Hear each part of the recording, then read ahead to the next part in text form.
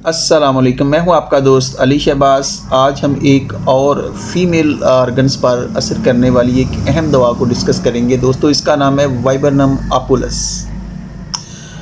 फिर वही बात कि इतनी सारी अद्वियात में से हम दवाओं को किस तरीके से या किस तरह उनके जो मुनफरद फ़ीचर्स होते हैं उनको अपने माइंड के अंदर फीड करें और अकॉर्डिंग टू द सिचुएशन हम उसको इजीली अप्लाई कर सकें। तो दोस्तों, हर दवा की कुछ करैक्टरिस्टिक सिम्टम्स होती हैं, कुछ उसकी रेयर सिम्टम्स होती हैं, कुछ उसकी ऐसी पेक्यूलियर सिम्टम्स होती हैं जो दूसरी अद्वियात से हटकर होती हैं। तो हम इस तरीके से, जिस तरीके से अपने दोस्तों को उनके बिहेवियर, उनके नेचर की वजह से पहचानते हैं, इसी तरीके से अद्वियात को भी अपने जहन के अंदर जो है इनके मुख्तलिफ़ फ़ीचर्स जो एक दूसरे से मुख्तलिफ होते हैं, इस बिना पर हमें अपने जहन के अंदर इनको फीड करना चाहिए। अब इस दवा के मतलब डॉक्टर ही लिखते हैं कि अमेरिका के अंदर इसको क्रैम्प बार्क, किस नाम से पुकारा जाता है? क्रैम्प बार्क, यानी कि ऐसी छाल जो ईंठन पैदा करती है। तो वहाँ के जो लोग थे वो इसको औरतों में पीरियड आने से पहले इसका इस्तेमाल करवाते थे ताकि जो वो पीरियड की पेन्स हैं उनसे रिलीफ मिले।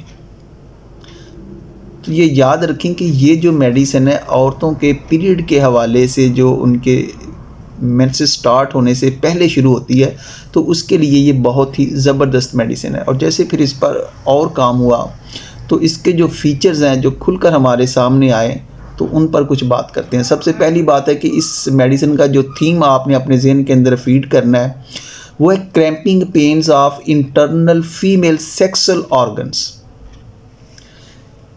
अब ये देखें कि ये औरतों के जो अंदरूनी उनके सेक्सुअल ऑर्गन्स हैं उनमें ईंठन पैदा करने वाली ये बहुत बड़ी मेडिसिन है।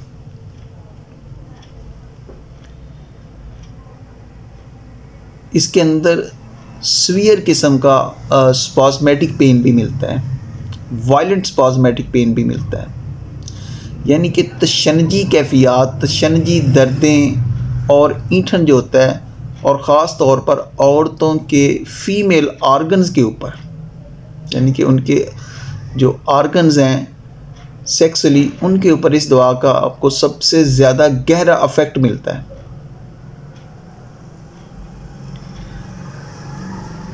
अब ये जो सारी सूरत हाल है ये अजीब किस्म की पेशेंट के अंदर जो है माइंड सिम्टम्स को प्रोड्यूस करती है। तो वो कौन सी माइंड सिम्टम्स है? यानी कि आप देखें कि जब औरत को पीरियड्स आने वाले होते हैं तो उस वक़्त भी वो बहुत ज़्यादा तकलीफ़ दे मराहल से, या बहुत ज़्यादा पेनफुल उसका पीरियड होता है, बहुत ज़्यादा उसके अंदर ईंठन पाई जाती है, क्रैम्पिंग होता है, स्पॉस्मेटिक कैफियत होती है। इसी तरीके से ड्यूरिंग प्रेगनेंसी भी जो है पेट के अंदर बहुत सीवियर किस्म का उसको जो है स्पॉस्मेटिक और क्रैम्पिंग पेन महसूस होती है। तो इस क्रैम्पिंग पेन में ये जो अज़ियतनाक और कैफियत होती है, इससे जहन के अंदर जो उसके असरात पैदा होते हैं। तो जब वो पेशेंट आपके पास आता है क्लिनिक में, तो वो एक बात का बड़ा फोर्सली उसका इजहार करेगा, वो इसकी माइंड सिम्टम्स है। फियर बेबी विल डाई और विल बी अनहेल्दी, कि डॉक्टर साहब मुझे खौफ है कि जो मेरा बच्चा है वो रहम के अंदर ही मर जाएगा, या जो पैदा होने वाला बच्चा है वो अनहेल्दी होगा। बाज़ औक़ात तो ये भी उसको डेल्यूशन होता है कि वो शायद इस कंडीशन से बच ही नहीं पाएगी, वो मर जाएगी। अब देखिए, आपके पास ये एक बड़ी ज़बरदस्त वो अपनी माइंड कैफियत बयान कर रही है कि जो आपके पास ऐसा पेशेंट आता है ड्यूरिंग द प्रेगनेंसी कि डॉक्टर साहब जो मेरा बच्चा है, मुझको डर है कि वो या तो अनहेल्दी होगा या वो पूरा टाइम ही नहीं कर पाएगा और वो अंदर ही ख़त्म हो जाएगा। तो इन शुबहात को दूर करने के लिए, इन खौफ वाली कंडीशन को दूर करने के लिए, इवन के औरतों के अंदर इस काते हमल को रोकने के लिए ये बहुत बड़ी मेडिसिन है। तो डॉक्टर नैश इस दवा के मतलब लिखते हैं कि वाइबरनम आपुलस रहम की दर्दनाक तकलीफ़ों में फ़ायदा पहुंचाने वाली एक बहुत बड़ी मेडिसिन है। और ख़ास तौर पर असाबी नोयत की तकलीफ़ें जो होती हैं वो इसमें सबसे ज़्यादा हमें मिलती हैं। कहते हैं कि इसका जो दर्द है वो पुश्त से या कमर से शुरू होकर आगे पेट की जानिब आता है, और इसका जो मरकज़ होता है वो यूट्रस होता है। तो कहते हैं कि इन्हीं अलामात की बुनियाद पर उनके पास एक पेशेंट आई जिसको थोड़ी थोड़ी ब्लीडिंग भी होती थी। तो उन्होंने इस ब्लीडिंग को लेके और उसके साथ जो उसकी क्रैम्पिंग पेन थी, जो उसकी पुश्त से शुरू होकर कमर से होती रहम तक पहुंचती थी और ईंठन वाला दर्द था, तो उन्होंने इस दवा को इस्तेमाल करवाया और जिससे उसका जो हमल था वो सेफ़ हो गया। अब देखें, जब असाबी जो स्वीयर किस्म की पेन्स का जिक्र होता है तो यहाँ पर और अद्वियात भी हमारे सामने आती हैं, जिनमें से एक मैगफास है। नो डाउट कि मैग्नीशिया फास बहुत ही अच्छी दवा है, लेकिन मैग्नीशिया फास के साथ हमेशा आपने एक बात को याद रखना है कि गर्म टकोर से इसको क्या होता है, रिलीफ मिलता है।